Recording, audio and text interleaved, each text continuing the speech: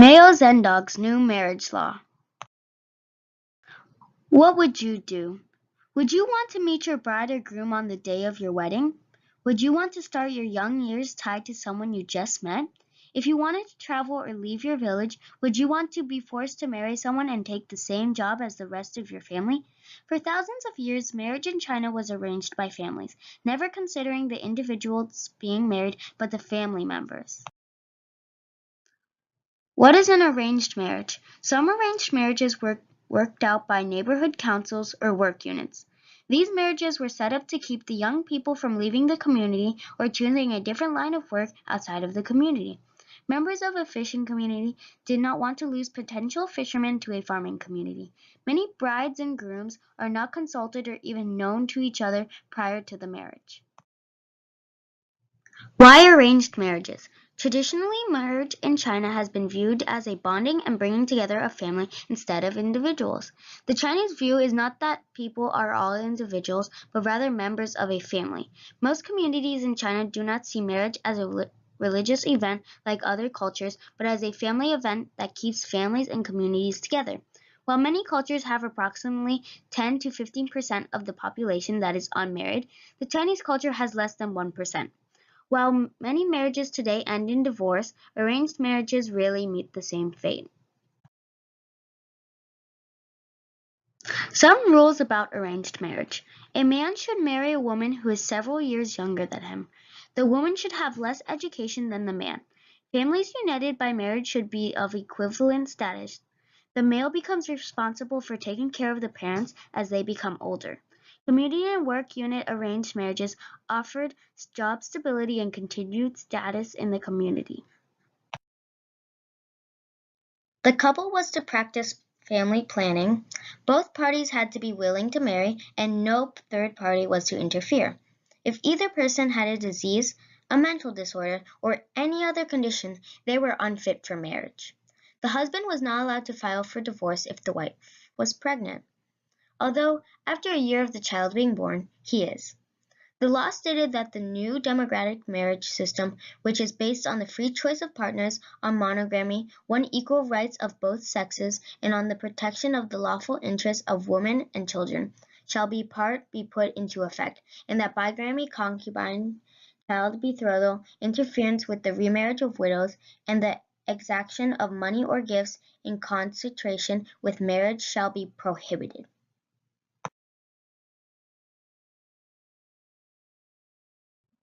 Types of arranged marriages in China. Major marriages between a young man and a woman involving a bride price and dowry paid by both the groom and the bride's family. Minor marriage is which young girls were betrothed and brought up as a daughter in her future husband's home. Uxorial marriage in which a man was transferred to a young woman's household. Delayed transfer was when a woman remained with her family after marriage until their first child was born. The 1950 law changing arranged marriage. In 1950, a new leader and new government ruling party called the People's Republic of China changed the marriage laws that had been in place for thousands of years. The law abolished arranged marriages in China, stopping young women being married off or sold to landowner in exchange for the family to own land.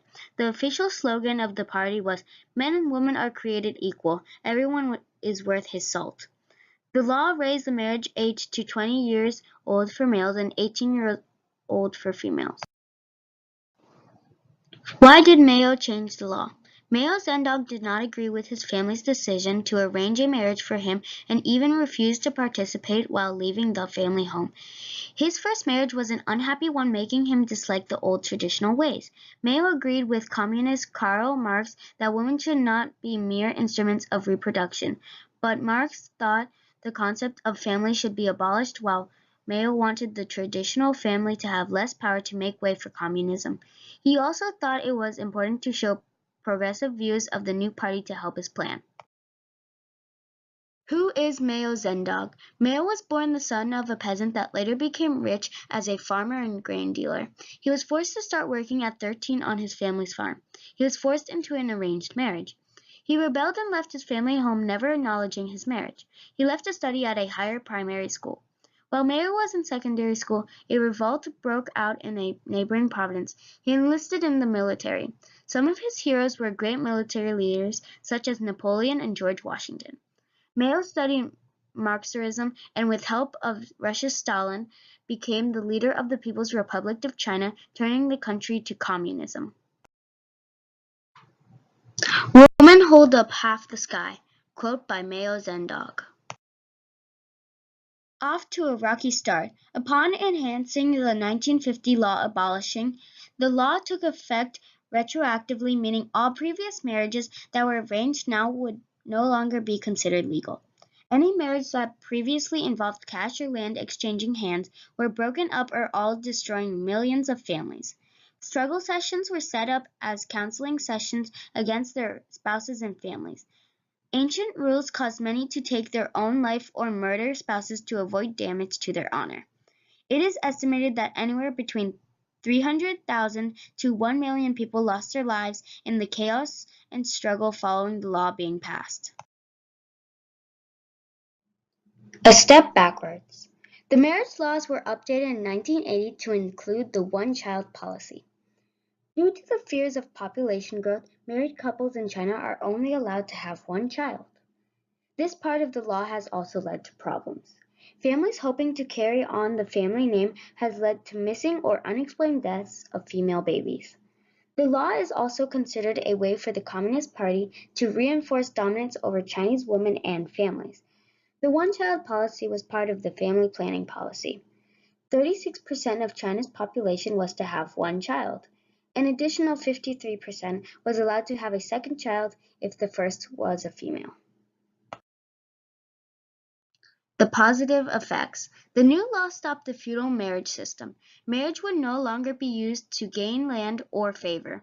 It would not bring pretend peace between warring families or unit families to gain business partners. It removed bride prices and dowries, allowing families to not pay for marriage. Concubines were also outlawed, a Chinese tradition of multiple women living with one man. It allowed people to choose whom they wanted to marry. The death of Mao Zedong. Mao Zedong died on September 9, 1976. He asked to be cremated, but his wife and other powerful officials decided they would embalm him instead. Just like previous Russian leader Vladimir Lenin and Vietnamese leader Ho Chi Minh, Mao's body was embalmed and has been on permanent display since 1977 in China's Tiananmen Square. His body receives anywhere from 100 to 1,000 visitors per day. Taking a stand in history. While the reason for Mao Zedong changing the marriage law in China was to remove the power from the Chinese family structure and placing the Chinese under the Communist Party control, the law was progressive and did push the marriage laws towards the future. Changes in the law since its original inception may have been used to control the population, but the people of China are no longer locked into a controlling government. Because they no longer are forced into a marriage, many now understand small freedoms under the communist government. Young and old alike have been able to remove themselves from a bad or abusive marriage. Due to population restrictions, many younger Chinese look for marriage and companionship outside the country.